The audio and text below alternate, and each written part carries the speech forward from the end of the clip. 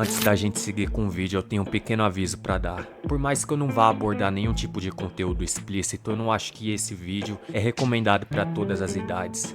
Então, se você tem menos de 18 anos e caiu de paraquedas aqui no meu vídeo, aqui em cima vai ter um card que vai te levar para um vídeo com conteúdo livre para todas as idades. E se você clicou nesse vídeo achando que ia ver algum conteúdo muito explícito, eu tenho que te lembrar que o meu canal é o Maia Mistérios, não é o X Mistérios. E eu tô dando esse aviso porque eu já postei um vídeo com conteúdo muito mais tranquilo do que esse e que caiu. Então, agora que o recado foi dado, bora pro vídeo. Imagina um homem que desafia todos os limites da moralidade, que transforma sexo, dor e prazer em instrumentos para explorar os recantos mais sombrios da mente humana. Esse homem existiu, e sua obsessão pela perversão foi tão intensa que deu origem ao termo que nós usamos até hoje, o sadismo. Marquês de Sade não era apenas um escritor, ele era uma figura que chocou sua época com atos e ideias que até hoje ainda causam desconforto. Ele foi acusado de orgias brutais, torturas psicológicas e atos tão extremos que o levaram à prisão. Mas o que levou esse homem a transformar dor em prazer? E como as suas ideias macabras influenciaram até o estudo do comportamento humano? Prepare-se para explorar a mente de um dos personagens mais controversos da história. Nesse vídeo, vamos desvendar como o Marquês de Sade desafiou tabus e ultrapassou limites e deixou um legado que até hoje divide opiniões entre gênio e monstruosidade. Você está pronto para encarar o lado mais obscuro da sexualidade humana? Então, inscreva-se no canal, deixe o seu like e ative o sino de notificações que eu te conto essa história.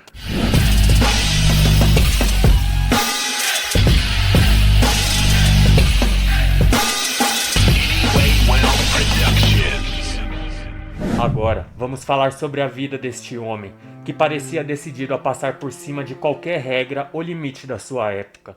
O Marquês de Sade nasceu em 1730, numa família nobre da França. Ele cresceu cercado de riqueza e poder, mas desde cedo mostrou que não ia seguir o caminho convencional. Ele gostava de viver no excesso e de desafiar tudo que era considerado normal.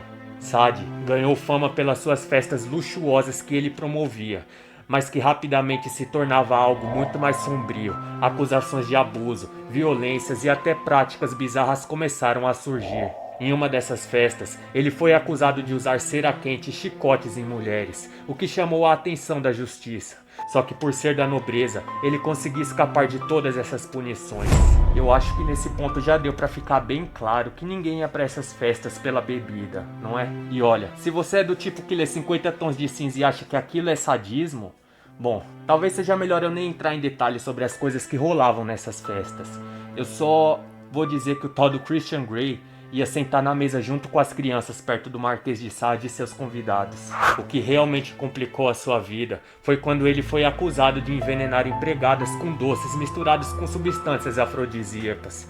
Isso resultou em várias prisões, mas nem atrás das grades ele parava. Pelo contrário, foi lá que ele começou a escrever obras ainda mais provocadoras e perturbadoras. A vida do Marquês de Sade foi marcada por escândalos e confrontos com as autoridades, mas nada disso impediu ele de deixar um legado que até hoje divide opiniões.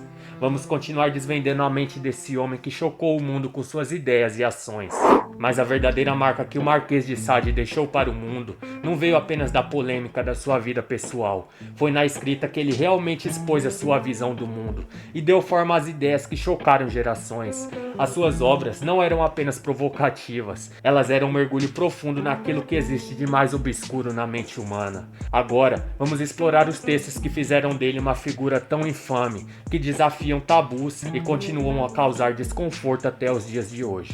Se as festas do Sade já eram uma coisa bem questionável, espera até ouvir sobre as obras dele. É aqui que o jogo muda. O Marquês de Sade não se contentava em apenas viver suas ideias, ele precisava espalhar elas. E como ele fazia isso? Pela literatura, é claro. Mas não qualquer literatura. Os textos dele eram praticamente bombas literárias, cheias de filosofia, erotismo extremo e, claro, um toque de causa absoluto. Pra você ter ideia, 120 Dias de Sodoma não é só um livro, é quase um manual de como destruir qualquer limite moral que você acha que existe. Ele escreveu isso quando estava preso, como se o TED dele fosse algo que o resto do mundo deveria temer.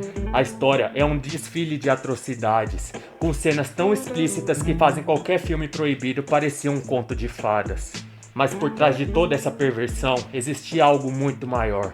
O Sade usava essas histórias para criticar o poder e a hipocrisia da igreja e a ideia de moralidade. Ele basicamente dizia: se a sociedade é podre, por que eu deveria me comportar? Um pensamento perigoso, né?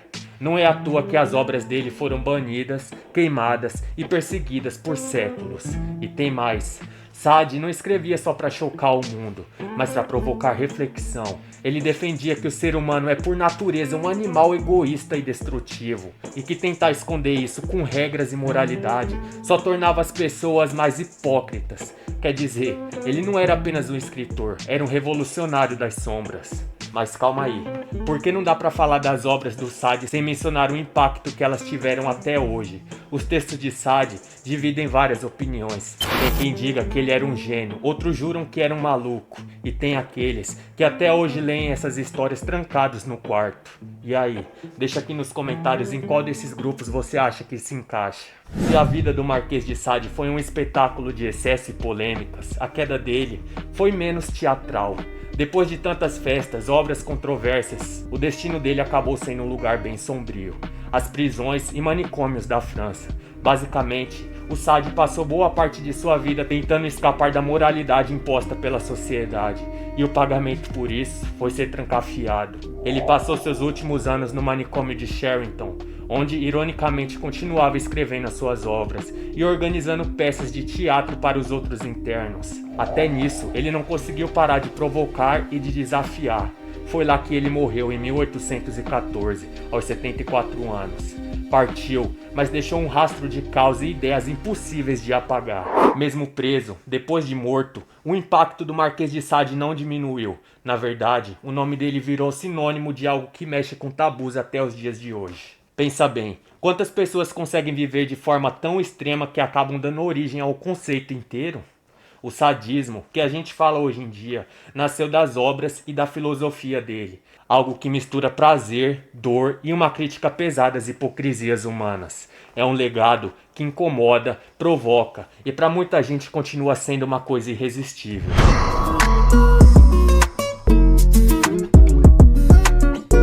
E quer saber o mais irônico de tudo isso? A sociedade que passou séculos tentando silenciar o Sade é a mesma que hoje em dia consome histórias inspiradas por ele em filmes, livros e séries de TV. Agora eu deixo uma pergunta pra você. Será que o Sade era um maluco que passou dos limites? Ou ele enxergava coisas que ninguém mais tinha coragem de admitir? No final das contas, o Marquês de Sade não era só um homem, ele era uma ideia. Na verdade, mais uma afronta. Vivia a moralidade, aos tabus e às convenções que até hoje tentam nos moldar. Suas histórias extremas, suas festas decadentes e sua visão brutal sobre o ser humano continuam ecoando e dividindo opiniões. E vamos ser bem sinceros, provocando mais do que muita gente admite. Talvez o grande legado deixado por ele não seja o sadismo em si, mas a coragem de expor aquilo que todo mundo prefere esconder. Ele forçou a sociedade a olhar para o lado mais obscuro e primal do desejo humano, aquele que a gente costuma negar e esconder dentro da gente. É aqui que fica o convite. Será que a gente tem coragem de encarar essas sombras que existem dentro de nós? Ou preferimos continuar jogando tudo para debaixo do tapete?